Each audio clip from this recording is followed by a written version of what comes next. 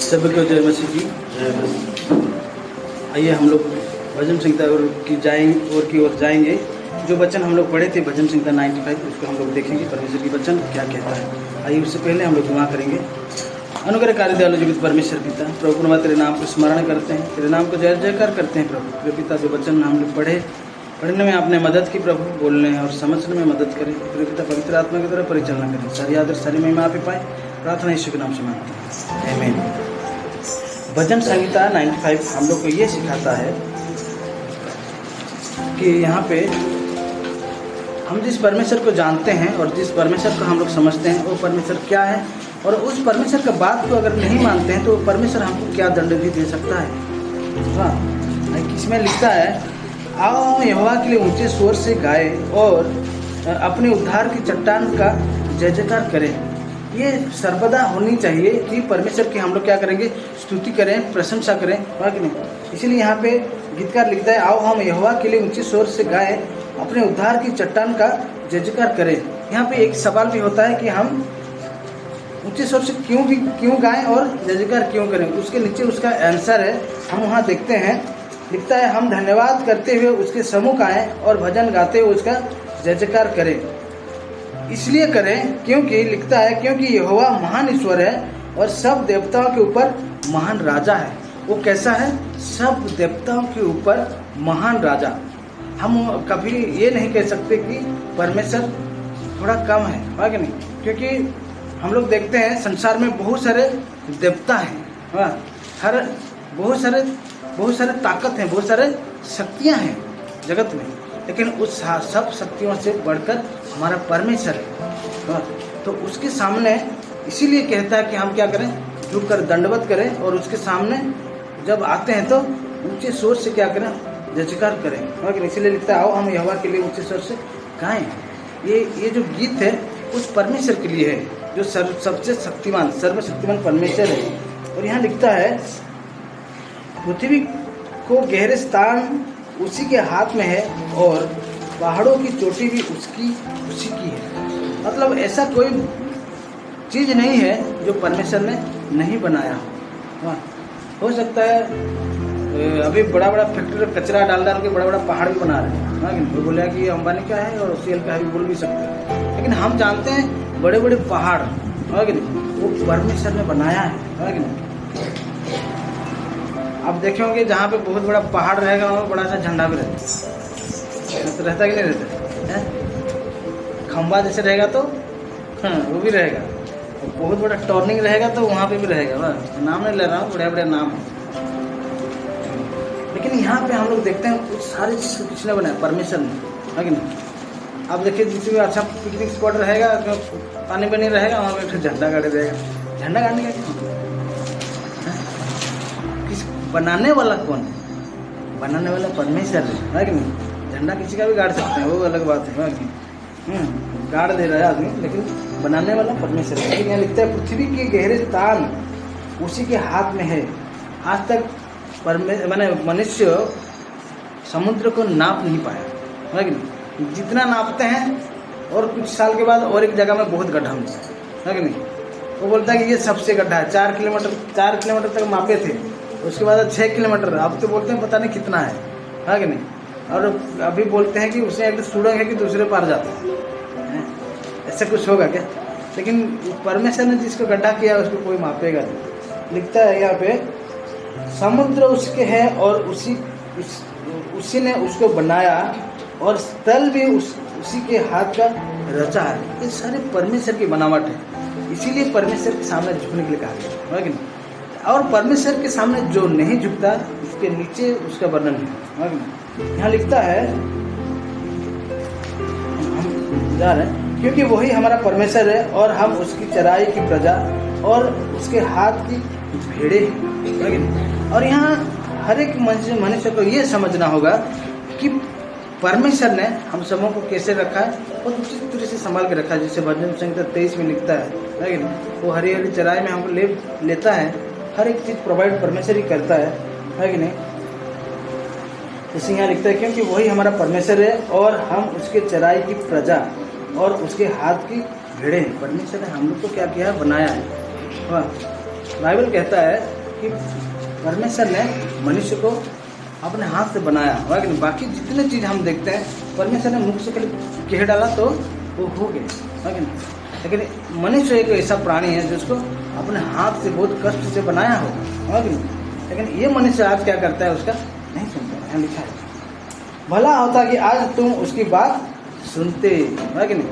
अगर आज हम देखते हैं ये सारे बड़े बड़े टीले और बड़े जो समुद्र है कि नहीं, ये सारे परमेश्वर की बात मानते हैं। अभी भूकंप हुआ है कौन सा है, साउथ अफ्रीका में ना, वेनेजुला, साउथ अमेरिका में वेनेजुला बोल के जगह, और बहुत लोग मर गए, है कि नहीं। और मैं देख रहा था, वो न्यूज़ में दिखा रहा था कि वो जहाँ भूकंप हुआ जस्ट 10 किलोमीटर नीचे, 10 किलोमीटर बोलने से कितना हो, ज़्यादा दूर नहीं होगा, मेरे घर से आना जाना हो जाएगा तो 10 किलोमीटर हो जाता है, बस उतना दूर नीचे परमेश्वर ने अच्छा से हिला दिया, है कि नहीं। तो बात यह है कि हर एक बात केवल मनुष्य को छोड़ करके हर कोई बात मानता है। कुत्ते को कभी दारू पीते हुए देखें क्या? वो नहीं सुनेगा तो हिंग कर भाग जाए, लेकिन परमेश्वर के बना हुआ मनुष्य को पीता है। बिगड़ा कौन है? मनुष्य। इसीलिए तो यहाँ बोलता है, भला होता कि आज तुम उसकी बात सुनते। इसका परमेश्वर की बात। लेकिन परमेश्वर की बात जब ये मनुष्य नहीं सुना, हम देखते हैं मैंने बाइबल में एक दिन में एक घटना ऐसे हुआ था। यहाँ लिखता है, अपना अपना हृदय ऐसा कठोर मत करो जैसा मरबी में वो मसा के दिन जंगल में हुआ था, है कि नहीं। ये मनुष्य परमेश्वर का वचन कौन से टाइम में नहीं सुनता है जानते हैं? जब अपने हृदय को कठोर करते हैं, है ना। आदमी का हृदय क्या होता है, कठोर हो जाने से वो जितना भी वचन बोलेंगे तो कान में तो जाएगा लेकिन चित्त में नहीं बैठेगा। इसीलिए यहाँ पे कहता है, अपना अपना हृदय ऐसा कठोर मत करो जैसा मरबी में वो मसा के दिन जंगल में हुआ था। वहाँ पे क्या हुआ था? वहाँ पे भी लिखा है, जब तुम्हारे पुरखाओं ने मुझे परखा, उन्होंने मुझको जांचा और मेरे कामों को भी देखा। मैंने उन्होंने क्या किया? मूसा के दिन जो इजराइल लोग मिस्र से निकल के जब आ रहे थे, परमेश्वर को उन लोग परखा, है कि नहीं। पानी पीने के लिए जब उन लोग चिल्लाया तो मूसा डंडा मारा तो पानी निकला। वो इससे मरुस्थल में पानी नहीं रहता है, फिर भी परमेश्वर ने उनको जताया कि मैं ही तुम्हारा परमेश्वर हूँ और मैं तुम्हें प्रोवाइड करूँगा, है कि नहीं। हर एक चीज़ परमेश्वर ने प्रोवाइड किया, फिर भी उन्होंने क्या किया? परमेश्वर की बातें को नहीं सुना, है कि नहीं। इसीलिए परमेश्वर ने उन लोग को एक दंड दिया था। 40 दिन का जो सफ़र था उनको क्या किया? बढ़ा के 40 साल कर दिया।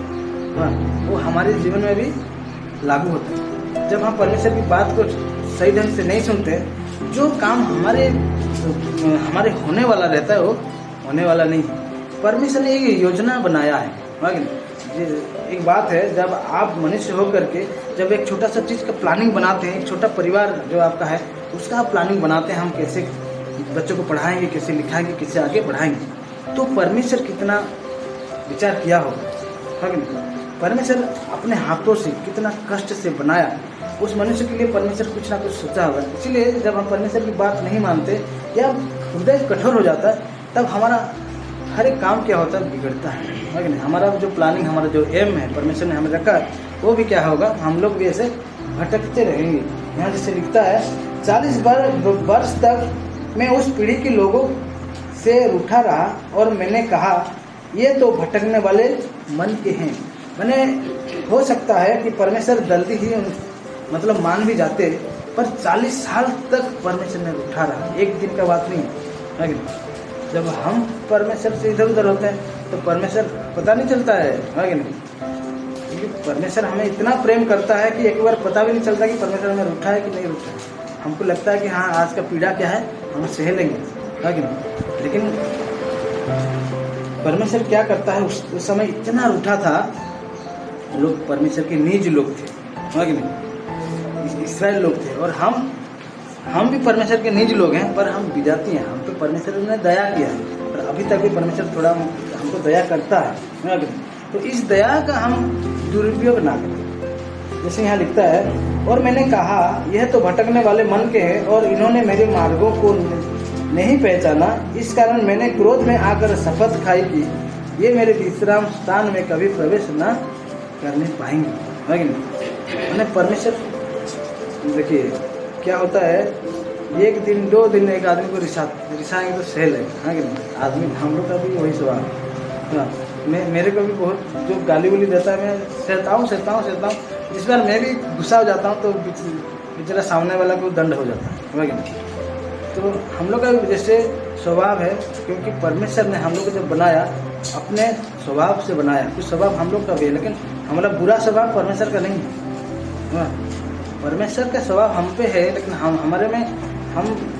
हमारा जो ब्लड है इसमें ऐसा पाप है कि हम लोग का स्वभाव भी एक बार क्या होता है, चेंज हो जाता है। लेकिन देखिए यहाँ पे परमेश्वर ने क्या किया, उनको पूरा मैंने दया ही परमेश्वर नहीं की, लिखता है इस कारण मैंने क्रोध में आकर शपथ खाई। परमेश्वर ने शपथ खा लिया लास्ट में, है कि ऐसा दिन ना हो कि परमेश्वर हम अपने हृदय को कठोर करें और परमेश्वर ऐसा एक दिन ना आए कि परमेश्वर हमारे लिए शपथ खा दे कि और इन लोगों को मैं कुछ दया ही नहीं करूँगा, है कि ऐसा दिन ना हो। इसीलिए हम क्या करें, उस परमेश्वर के सामने जयकार के साथ उच्च शोर से गीत गाए और जयकार के साथ उसको उलट मचाए, है कि नहीं। जैसे यहाँ लिखता है, आओ हम यहोवा के लिए उच्च स्वर में से गाएं। इस बात को इसीलिए लिखा गया है क्योंकि ये मनुष्य का हृदय क्या हुआ है, कठोर हो गया, इसीलिए ऊंचे शोर से गाना भी नहीं गाता।